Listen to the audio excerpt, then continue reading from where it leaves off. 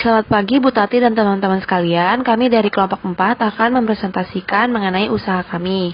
Ada Latifa mengenai customer relationship, ada Jihan, brand tagline and pack, ada Salva channel, Fiorencia co-structure, ada Ayu untuk customer segment, Nuriska untuk key activities, Sylvia key partnership, Eka key resources, Evelyn revenue stream, dan Lady untuk value proposition. Brand, tagline, and packaging. Jadi brand name produk kelompok kami itu adalah Be Brave, yang mana merupakan gabungan dari kata brave, yang berarti berani, dan bracelet, yang artinya gelang. Kenapa dua kata itu? Maknanya apa? Karena banyak orang yang suka nggak pede kalau tangannya polos. Jadi dengan menggunakan gelang atau aksesoris kami yang simple dan elegan, harapannya dapat meningkatkan self-confidence mereka. Lalu dengan tagline, Be Brave and Wear Bracelet. Itu merupakan singkatan atau rangkuman dari makna brand name yang tadi saya jelaskan.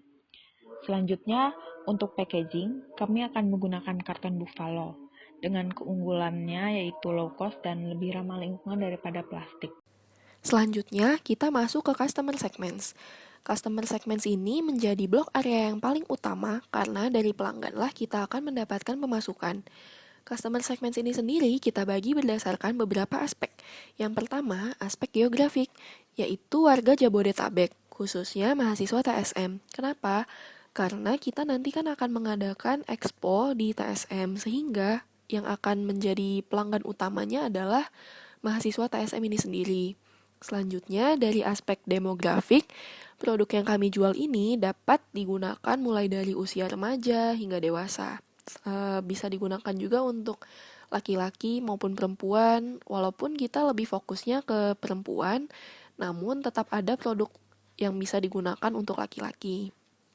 Selanjutnya dari aspek behavioralnya yaitu orang-orang yang suka menggunakan aksesoris seperti gelang, kalung, karena produk kami ini kan utamanya ya gelang itu sendiri. Lalu dari aspek psikografiknya ada orang-orang yang suka mengekspresikan diri lewat barang yang digunakan. Kenapa? Karena produk yang kami jual ini dapat dikustomisasi, seperti bisa menggunakan inisial nama, kemudian bisa ada logo zodiak, terus talinya juga bisa di custom mau warna apa, seperti itu. Proposition sendiri merupakan nilai tambah yang diberikan kepada konsumen. Nilai tambah yang dihadirkan oleh Bibrace terdiri dari 3 elemen.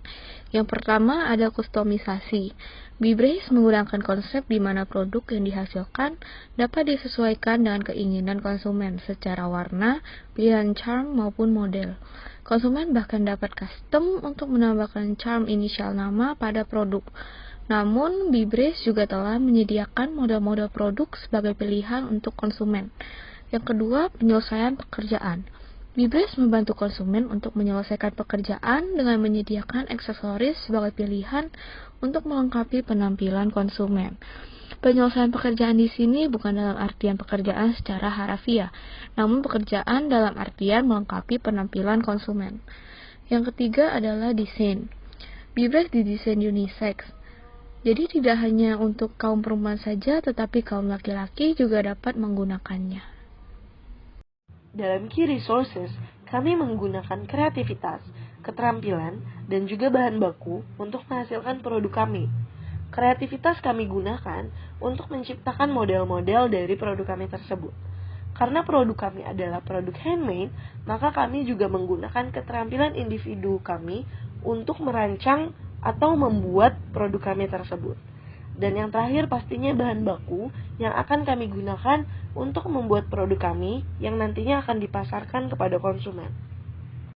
Untuk key activitiesnya, produk dari Bibrace adalah aksesoris berupa gelang tangan, yang bahan bakunya berupa tali gelang tangan, charm untuk gandulan sebagai penghias dari gelang tersebut.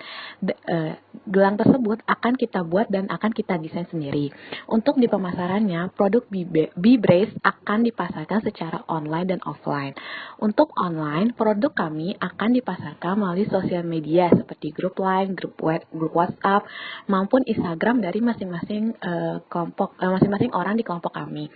Untuk secara offline-nya sendiri, produk kami akan dipasarkan di Entrepreneur Expo di kampus TSM Jakarta yang akan diselenggarakan nanti. Untuk cost structure terbagi menjadi dua, biaya bahan baku dan biaya packaging.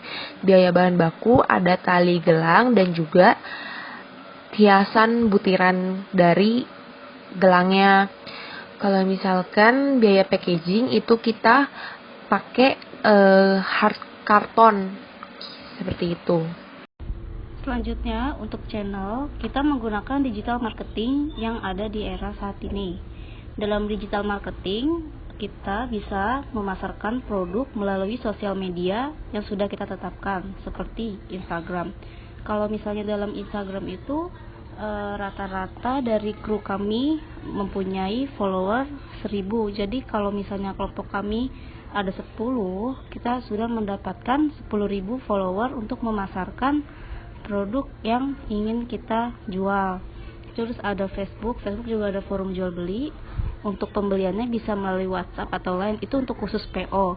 Terus juga bisa ada WOM, yaitu word of mouth. Jadi sebelum hari H dimulai, kita sudah memberitahu kepada orang-orang, bisa melalui platform sosial media seperti Instagram. Nanti pasti mereka bercerita tentang bagaimana produk kita, seperti itu. Menjalin hubungan dengan pelanggan. Di sini Bibres mempunyai 4 poin penilaian untuk menjalin hubungan dengan pelanggan. Yang pertama yaitu customer satisfaction. Tentunya Bibres akan menyediakan layanan semaksimal mungkin untuk membangun kepuasan pelanggan. Yang kedua, kita ada reward loyalty, yaitu kita akan memberikan reward kepada pelanggan yang telah loyal terhadap kita. Yang ketiga yaitu kita akan terus mempelajari tentang kemauan customer, seperti meminta feedback dari mereka. Dan yang terakhir, dalam menjalin hubungan dengan pelanggan, tentunya kita akan tetap berkontak dengan customer. Hal ini ditujukan untuk yang pertama, kita akan memberitahu pelanggan tentang event apa yang akan kita lakukan. Dan yang kedua, untuk meminta dan menindaklanjuti tentang feedback dari mereka. Dan yang ketiga, karena kita custom, kita akan mengirimkan friendly reminder tentang hasil detail pemesanan mereka. Selanjutnya adalah key partnership. Dalam menjalankan sebuah aktivitas bisnis, tentu kita membutuhkan mitra. Disinilah tempat kita memasukkan mitra strategi yang kita miliki. Dalam konteks bisnis, mitra bisa berupa vendor. Vendor yang kita pakai yaitu vendor yang berasal dari pasar ASMK. Karena penyediaan bahan dapat disediakan oleh vendor, maka hanya pihak vendor Charm atau Liontin saja yang perlu kita hubungi untuk proses produksi. Sedangkan untuk membantu pemasarannya, kita perlu bekerja sama dengan teman-teman yang memiliki followers yang cukup banyak untuk dapat membantu mempromosikan produk ini di akun Instagramnya. Selanjutnya elemen revenue stream, yang mana merupakan sumber pendapatan dari suatu usaha. Dalam Bibres ini, revenue streamnya yang utama melalui penjualan setiap gelang dan aksesoris lainnya dari pelanggan kepada penjual. Sekian presentasi kami. Terima kasih. Ada pertanyaan, kalau misalkan mau bertanya, nanti kita siapkan kolom pertanyaan, kalian bisa tanya di situ dan kita akan jawab di situ.